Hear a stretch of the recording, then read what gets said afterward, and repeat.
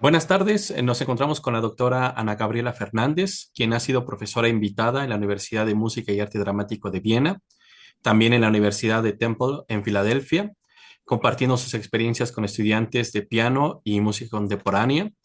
También en su repertorio podemos encontrar obras que van desde el clasicismo hasta la creación contemporánea, con un interés particular en los diálogos entre literatura y música, así como en la cartografía sonora de los lenguajes musicales de Iberoamérica y Francia. Actualmente se encuentra realizando estudios de postdoctorado en el Instituto de Filológicas de la UNAM en Ciudad de México. Y bueno, pues le doy la palabra a la doctora para escuchar su deslinde en torno a la interpretación musical. Y muchas gracias. Muchísimas gracias por la presentación y pues muy feliz de estar aquí con ustedes para compartir lo que ha sido mi experiencia con la interpretación musical. Hablar de la interpretación musical es hablar de uno de los aspectos más fascinantes del arte. La música escrita, la partitura que vemos sobre el papel, es en realidad solo el inicio de un proceso. Es una especie de arquitectura potencial, una estructura que contiene en sí misma innumerables posibilidades sonoras. Pero esa arquitectura permanece silenciosa hasta que un intérprete la convierte en sonido. En ese momento ocurre algo extraordinario. La música nace. La partitura contiene signos. ¿Qué quiero decir con signos? Notas, silencios, indicaciones de dinámica, tempo, articulación. Pero esos signos no son la música misma, son una forma de escritura, un lenguaje que necesita ser descifrado y sobre todo encarnado. Podríamos decir que el compositor escribe un texto musical, pero el intérprete lo pronuncia. Y como sucede con la poesía o con el teatro, el modo en que se pronuncia transforma profundamente el significado de lo que escuchamos. La interpretación musical se sitúa entonces en un territorio muy delicado, entre dos fuerzas que podrían parecer opuestas, la fidelidad y la libertad.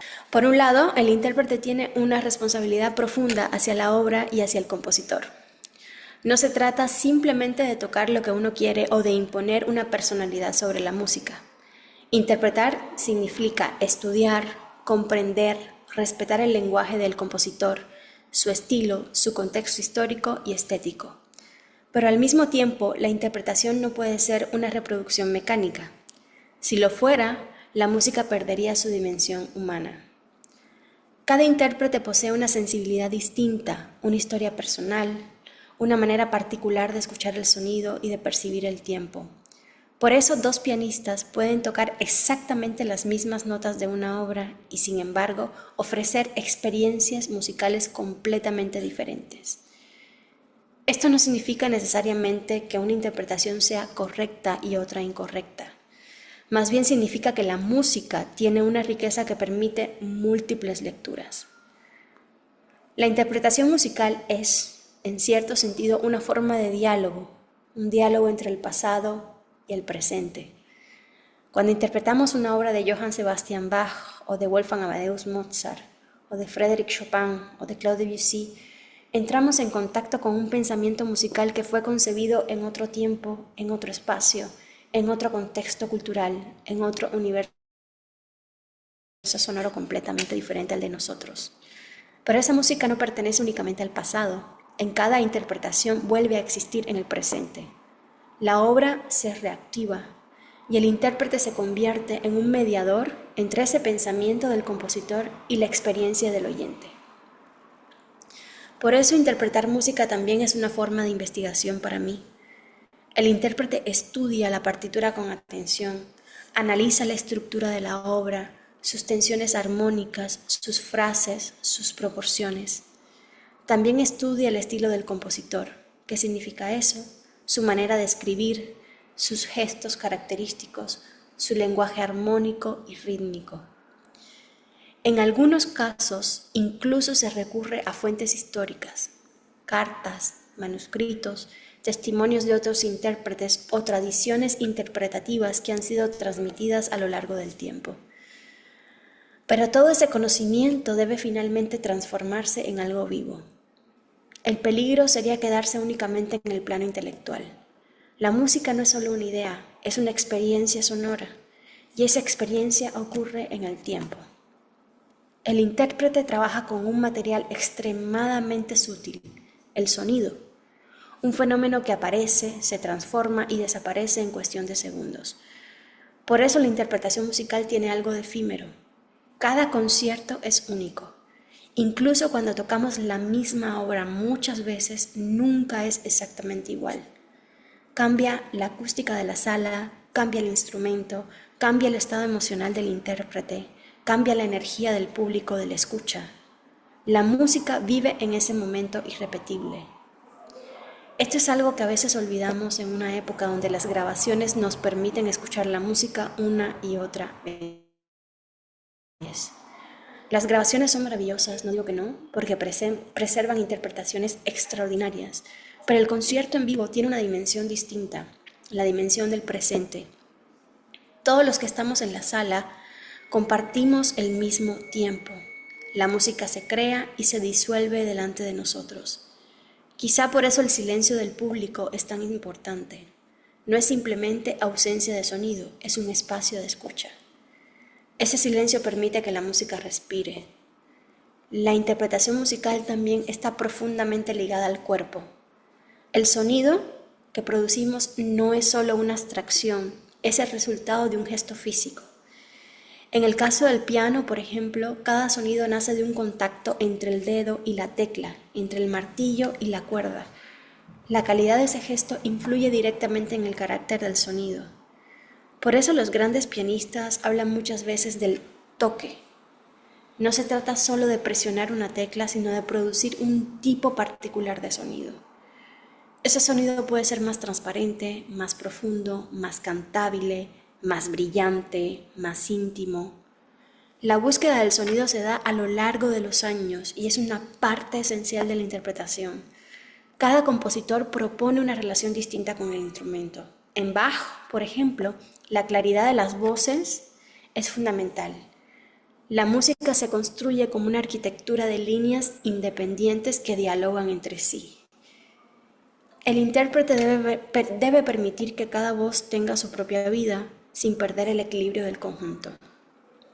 En Frédéric Chopin, por ejemplo, encontramos otra dimensión del piano, el piano como un instrumento que canta. La línea melódica se vuelve casi vocal.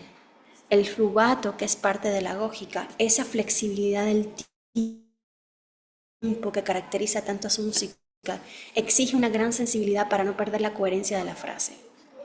En Franz Liszt, por ejemplo, el piano se transforma en una orquesta. Aparecen sonoridades monumentales, extremas, contrastes extremos, gestos casi sinfónicos. Interpretar estas obras exige no solo virtuosismo técnico, sino una visión amplia de la arquitectura musical. En Debussy y Ravel el sonido adquiere una dimensión casi pictórica. El intérprete busca colores, transparencias, resonancias. El pedal se convierte en un elemento esencial para crear atmósferas sonoras. Cada compositor abre una puerta distinta hacia el universo del sonido. Por eso el intérprete debe desarrollar una capacidad de escucha muy refinada. Escuchar el sonido antes de producirlo. Imaginar el color, la intensidad, la dirección de una frase musical. La interpretación también implica tomar decisiones. El tempo, por ejemplo, no es solo una indicación numérica, es una respiración. Un tempo, el tiempo demasiado rápido puede destruir la claridad de una obra.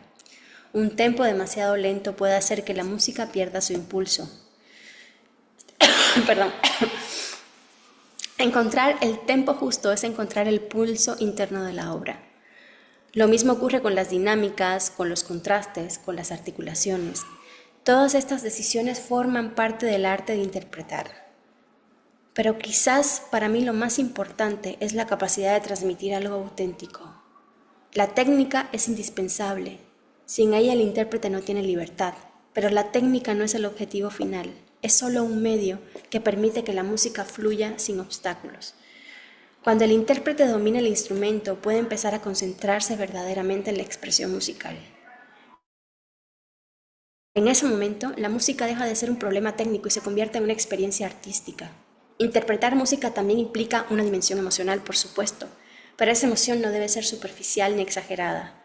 La verdadera emoción musical nace de la comprensión profunda de la obra. Cuando la estructura, el fraseo, el sonido encuentran su equilibrio, la emoción aparece de manera natural. No se trata de imponer sentimientos a la música, sino de permitir que la música revele los suyos. Y en ese momento ocurre algo muy especial. La música se convierte en una forma de comunicación que va más allá de las palabras. Una frase musical puede expresar nostalgia, alegría, melancolía o contemplación sin necesidad de explicaciones. Quizá por eso la música tiene una capacidad tan poderosa para tocarnos profundamente, porque habla directamente a nuestra sensibilidad. Interpretar música es entonces participar en un proceso de creación continua. El compositor crea la obra, el intérprete la recrea y el público la completa a través de su escucha. Sin oyentes, la música no termina de existir plenamente. Por eso el concierto es también un acto de comunidad. Durante un tiempo determinado, todos los que estamos en la sala compartimos una experiencia sonora. Escuchamos juntos, respiramos juntos y permitimos que la música nos atraviese.